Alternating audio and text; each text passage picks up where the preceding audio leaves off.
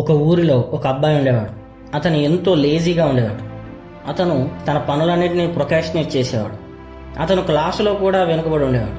సరిగా చదివేవాడు కాదు. తన వర్క్ కంప్లీట్ చేసేవాడు కాదు. అతనికి స్కూల్లో వర్క్ ఇచ్చుంటే ఆ వర్క్ని కూడా ప్రొకాస్టినేట్ చేసేవాడు. ఎలా అంటే కాసేపటి తర్వాత చేస్తాను, కాస్త రెస్ట్ తీసుకున్న తర్వాత చేస్తాను, ఇలా తన వర్క్ని పోస్ట్ పోన్ చేసేవాడు. ఒకరోజు అతనికి స్కూల్లో ఒక ఇన్సల్ట్ ఎదురవుతుంది. ఆ ఇన్సల్ట్ వల్ల అతను బాగా హర్ట్ అవుతాడు. ఆ బాధలో ఎలాగైనా బాగా చదవాలని, అందరికంటే ముందు ఉండాలని డిసైడ్ చేసుకుంటాడు. కానీ అతనికి అర్థం కాదు తనని తాను ఎలా మార్చుకోవాలని. అతనికి ఒక విషయం తెలుస్తుంది. ఊర్లోకి ఒక సన్యాసి వచ్చాడని, ఆ సన్యాసి ఎంతో గొప్పవాడని, అందరి కష్టాలను తీరుస్తున్నాడని తెలిసింది. ఈ అబ్బాయి కూడా ఆయన దగ్గరికి వెళ్ళాలనుకుంటాడు. ఆ సన్యాసి ఎక్కడ ఉంటాడో తెలుసుకొని అతని దగ్గరికి వెళ్ళాడు.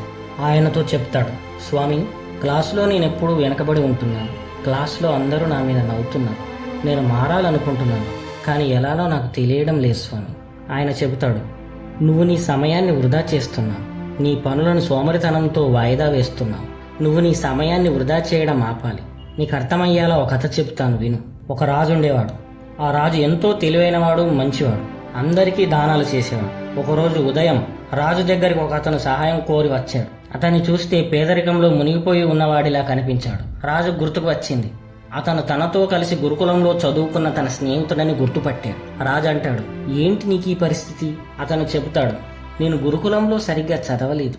నేను అక్కడ ఏం నేర్చుకోలేకపోయాను. నాకు బయట కూడా ఏ పని దొరకలేదు. పని కోసం వెళ్తే నీకు ఏమీ రాదని, సోమరిపోతు అని పనిలోకి తీసుకునేవారు కాదు. అలా నేను ఏ పని దొరకక పేదవాడిని అయిపోయాను. నువ్వేమైనా సహాయం చేస్తావని వచ్చాను. అప్పుడు రాజు బదులిస్తూ, సరే, నేను నీకు ఒక సహాయం చేస్తాను.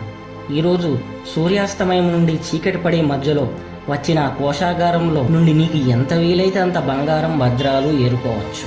కానీ ఒక షరతు, నీకు ఈ ఒక్కరోజు మాత్రమే అవకాశం అని రాజు చెప్పాడు. అతను ధన్యవాదాలు మహారాజా అని చెప్పి వెళ్ళిపోయాడు. అతను ఇంటికి వెళ్ళి ఈ విషయాన్ని తన భార్యతో చెప్పాడు.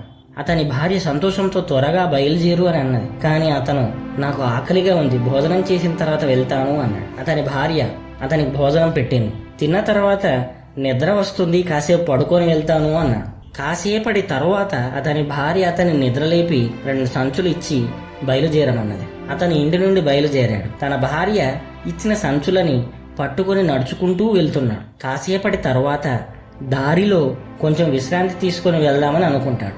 ఒక చెట్టు క్రింద వెళ్లి కూర్చుంటాడు. అతనికి తెలియకుండానే నిద్రపోతాడు. కాసేపటికి నిద్ర నుండి మెలకువ వచ్చింది.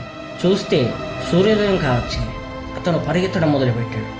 రాజు కోట దగ్గరికి వెళ్లేసరికి చీకటి పడిపోయింది.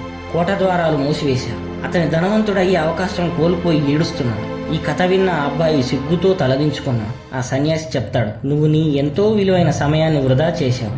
నువ్వు వృధా చేసిన సమయం ఎప్పటికీ తిరిగి రాదు. నీ పనులను వాయిదా వేయకుండా సమయానికి పూర్తి చేస్తే నువ్వు నీ క్లాసులో వెనకబడి ఉండేవాడివి కాదు.